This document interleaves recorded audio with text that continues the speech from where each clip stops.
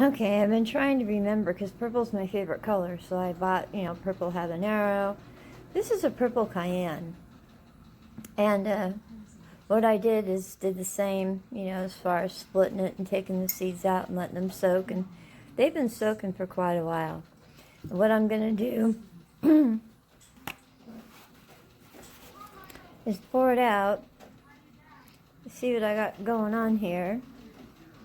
I'll go through the rest of it later. But I think they're softened up pretty good. They may not have lost all of their outer casing, but that's okay.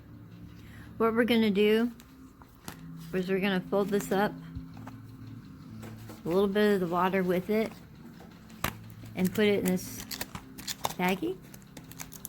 This is so hard to do with one hand. When I get a camera stand, it'll be so much easier. Let me do this. I'll be right back.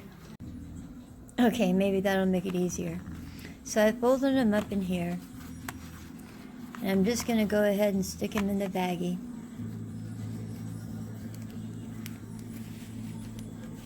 Off camera. Because I'm having to chase it. Okay.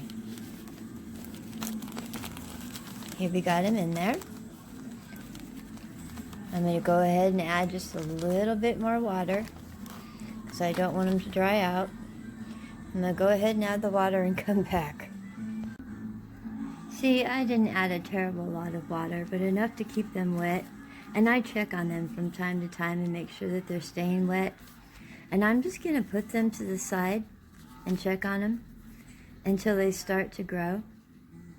And keep this with it so I remember which ones they are. So this is a continued grow of our, apparently, purple cayenne.